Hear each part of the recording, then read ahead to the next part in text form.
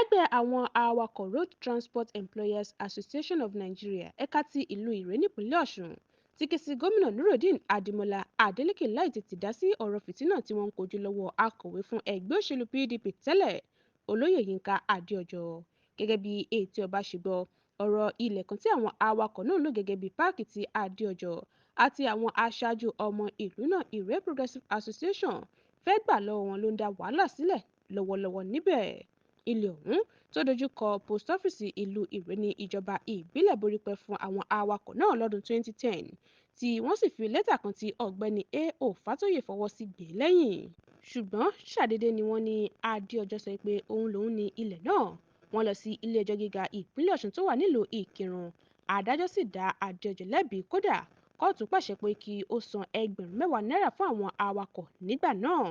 Nínú àlàyé alága ẹgbẹ́ àwọn awakọ̀ ọ̀hún Sunday Adéọ̀sùn, ó ní kò sí wàhálà kankan mọ́ láti ìgbà yẹn àfi bí ilé-ẹjọ́ tó ga jùlọ lórílẹ̀‐èdè yìí ṣe dájọ́ pé gómìnà Adeleke ní ojúlówó gómìnà ìpínlẹ̀ Ọ̀ṣun láìpẹ́ yìí tí Adéọjọ́ tún padà wá sí páàkì pẹ̀lú ọ̀rẹ́ rẹ̀ kan tí wọ́n sì wọn ilẹ̀ náà. Adéọ̀sùn sọ síwájú pé kò tún pẹ́ sí ìgbà yẹn ni àwọn ìlú ránṣẹ́ sí àwọn pé ìpàdé wà. Níbi ìpàdé náà ni wọ́n ti sọ pé látàrí ìdigunjalè tó wáyé nílùú Ìré lọ́dún 2021, àwọn báńkì sọ pé tí àwọn yóò bá padà sílùú Ìré, páàkì gbọ́dọ̀ kúrò ní ibi tó wà. Òní níbẹ̀ làwọn ti mọ̀ pé ọwọ́ ti kan ọwọ́ lórí ọ̀rọ̀ ọ̀hún nítorí ilé ìtajà ńlá tí Adéọjọ́ kọ́ sílùú ọ̀hún kò jìnnà sí báńkì, wọn kò sọ pé kó kúrò níbẹ̀. Nínú ilé ìtajà náà, gẹ́gẹ́ bí Adéọ̀sùn ṣe sọ, wọ́n ń fọ mọ́tò níbẹ̀, wọ́n ń gẹrun níbẹ̀, ilé oúnjẹ wà níbẹ̀, ilé ọtí wà níbẹ̀, ilé alágbàfọ̀ wà níbẹ̀, kódà nígbà tí ìṣẹ̀lẹ̀ ìdigunjalè tí wọ́n ń sọ yìí wáyé, ibẹ̀ làwọn olè ti gba mọ́tò tí wọ́n lò láti sá lọ. Adéọ̀sùn ní báwo wá ní páàkì tí ó jìnnà sí báńkì yóò ṣe kúrò tí ilé ìtajà Adéọjọ́ yóò wà níbẹ̀ tí ọ̀rọ̀ náà kò bá lọ́wọ́ kan òṣèlú nínú.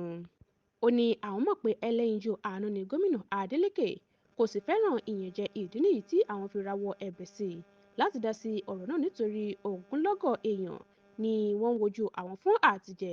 Tí wọ́n bá lé àwọn kúrò ní páàkì ọ̀hún, àwọn yóò di aláìníṣẹ́ lọ́wọ́, eléyìí tí ó sì léwu fún ààbò àti àlàáfíà ìlú Ìré. Ó fi kún ọ̀rọ̀ rẹ̀ pé kí gómìnà bá àwọn kìlọ̀ fún àwọn alákòóso ìjọba ìbílẹ̀ borípẹ́ àtàwọn èèyàn mìíràn tí wọ́n fẹ́ kí ọwọ́ òṣèlú bọ ọ̀rọ̀ náà láti má ṣe jẹ́ kí ẹnikẹ́ni lò wọ́n láti sọ àwọn ọ̀dọ́ di aláìníṣẹ́ nítorí ọwọ́ tó bá dilẹ̀ lèṣù ń bẹ lọ́wọ́ ẹ̀. Adéọ̀sùn tẹ̀síwájú pé àìmọye àwọn báńkì ni wọ́n wà nítòsí àwọn páàkì àwọn onímọ́tò àti tàwọn ọlọ́kadà káàkiri ìpínlẹ̀ Ọ̀ṣun, kódà àwọn ìlú mìíràn gan tí ìdigunjalè ti wáyé, wọn kò sọ pé kí páàkì kúrò lẹ́gbẹ̀ẹ́ báńkì.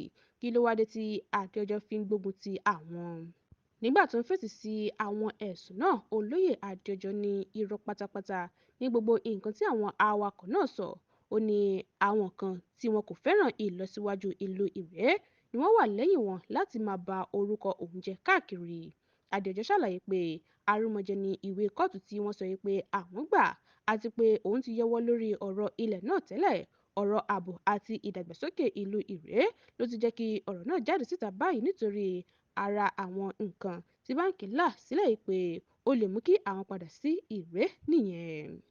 Medinat Adésóyè ló ń jábọ̀ ròyìn fún Etí Ọba TV.